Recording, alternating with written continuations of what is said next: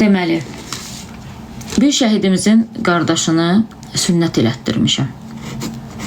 Şəhidlərimiz üçün ehsan vermişəm. Rayonlarda bəzi şəhid atalarının çağırışı ilə 300 kilometr, 400 kilometr yol sürmüşəm.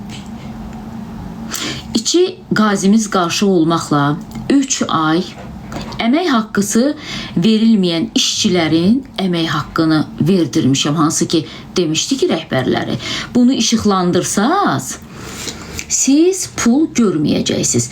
İşıqlandıran kimi 3 ayın çeki qarşıq mənə atdılar ki, çox sağ olun Səidə xanım, rəhbərliyimiz verdi. 2 qazinin evinin təmirini elə bu yaxınlarda çox-çox sağ olsun izləyicilərim çağrışımla dəstək oldular. Demək olar ki, tamamlanmaq üzrədir. Ondan sonra canım sizə desin, Qaradağda kimsəsizlər yataqxanasında qalan bir xanımın aylarla, son 4 ay çıxmaq şərti ilə aylarla dərman pulunu vermişəm.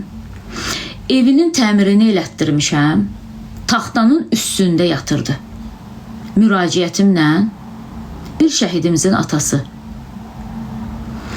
onun çarpayısını da aldı, şifanerini da aldı. Şəhidimizin anası yastığını, yorğanını, döşəyini də verdi. Evlərinə gedəndə bazarlıq eləyib aparmışam ki, heç olmasa bir 15 günlük yiyəcək olsun. Çöldə dayanan yaşlı nənələrə 1 manat, 2 manat, necə deyərlər, qulpumdan nə çıxırsa yardım eləyirəm. Sonra canım sizə desin, bilmirəm, ona yaxın şəhid balasının toyunu tam təmənnasız idarə eləmişəm. 4-5 qazimizin toyunu tam təmənnasız aparmışam. Şəhid övladları üçün təşkil olunan bayram şənliklərini tam təmənnasız aparıram. Hansısa şəhid anası məni çağırırsa, bacardığım qədər yanına gedirəm. Şəhidlərimiz haqqında ən çox danışan aparıcıyam, ən çox ağlayan aparıcıyam. Sonra nə istəyirsiniz eşitmək? Deyin, davam edək. Hələ yadımdan çıxıb çoxu, inanın ki, yadımdan çıxıb çoxu.